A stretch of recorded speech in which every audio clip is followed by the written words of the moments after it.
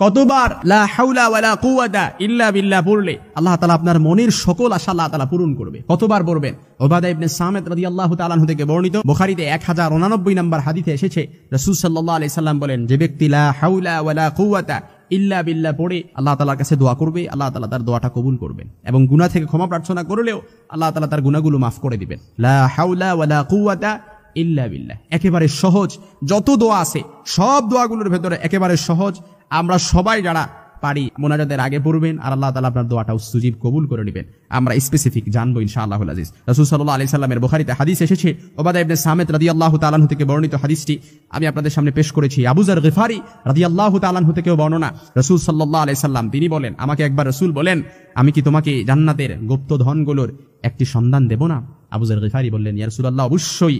আল্লাহ রাসূল তখন বললেন, লা হাওলা ওয়ালা কুওয়াতা ইল্লা বিল্লাহ, এটা হচ্ছে জান্নাতের একটা গুপ্ত ধন। আবার হযরত আনাস ইবনে মালিক রাদিয়াল্লাহু তাআলা আনহু থেকে বর্ণিত হাদিস, যে ব্যক্তি ঘর থেকে বের হওয়ার সময় এই দোয়াটি পড়বে, ঘর থেকে বের হওয়ার সময় এই দোয়াটি পড়বে, আল্লাহ তাআলা তার জন্য যথেষ্ট হয়ে যাবেন। অর্থাৎ যত রকমের শয়তানি আছে, যত রকমের শত্রুতামি থেকে, সব ধরনের বিপদ আপদ শয়তানি থেকে আল্লাহ তাআলা তাকে হেফাজত করবেন। লা হাওলা ওয়ালা কুওয়াতা ইল্লা বিল্লাহ। এরকম কেউ বলবেন যে এখানে আছেন যে হুজুর পারি না দোয়াটা, অবশ্যই আমরা দোয়াটা পারি। হাজিম ইবনে হারমালা রাদিয়াল্লাহু তাআলা আনহু থেকে বর্ণিত হাদিসে বলা হয়েছে, তিনি বলেন, আমি রাসূলুল্লাহ সাল্লাল্লাহু আলাইহি সাল্লামের কাছ দিয়ে যাচ্ছিলাম, তিনি আমাকে বলেন, হে হাজিম, তুমি অধিক সংখ্যায় লা হাওলা ওয়ালা কুওয়াতা ইল্লা বিল্লাহ এই বাক্যটি পড়ো, কেননা তা হলো জান্নাতের গুপ্তধন। হাদিসটি বুখারীতে এসেছে, মুসলিমের বর্ণনায় হাদিসটি এসেছে। আবু যর গিফারি থেকে রাদিয়াল্লাহু তাআলা আনহু থেকে আরো হাদিস এসেছে, এবং আবু মুসা আল আশআরী রাদিয়াল্লাহু তাআলা আনহু থেকে বর্ণিত হাদিস এসেছে। আরো কয়েকটি মুতাবাররাক কিতাবের মধ্যে হাদিসটি এসেছে, লা হাওলা ওয়ালা কুওয়াতা ইল্লা বিল্লাহ।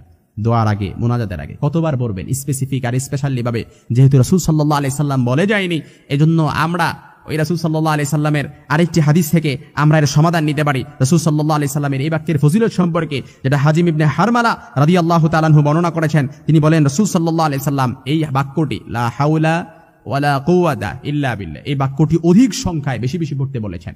তার মানে আপনি যদি বেশি বেশি পড়তে বলেন, আপনি সর্বনিম্ন দৈনিক 100 বার পড়বেন।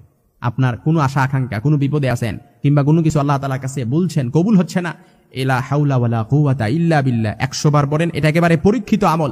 100 বার পরে আল্লাহ তাআলার কাছে দোয়া করেন, অবশ্যই অবশ্যই আল্লাহ তাআলা দোয়াটা কবুল করবেন। 100 বার পড়বেন।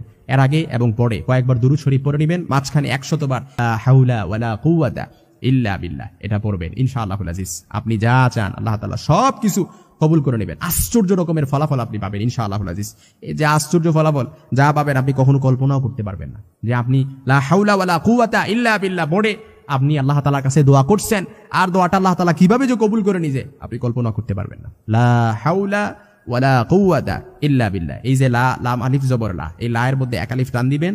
লা হাওলা, এই হাটা হচ্ছে একেবারে চিকন করে কণ্ঠনালীর মধ্যখান থেকে আনতে হবে। লা হাওলা ওয়ালা, ওয়ালার পরে লামের মধ্যে আবার এক আলিফ টান আছে। ওয়ালা কুওয়াতা, এই কফটাও আপনি একেবারে ভেতর থেকে আনতে হবে। কফ একেবারে জিহ্বার গোড়া তার বরাবর উপরের তালুর সঙ্গে লাগাইয়া কফ, ওয়ালা কুওয়াতা ইল্লা, এক আলিফ টান হবে, ইল্লা বিল্লাহ। এতটুকু পড়বেন ইনশাআল্লাহুল আজিজ। আল্লাহ তাআলা আপনার মনের সকল আশা আকাঙ্ক্ষা পূরণ করবে, আশ্চর্য রকমের ফলাফল আপনি পাবেন।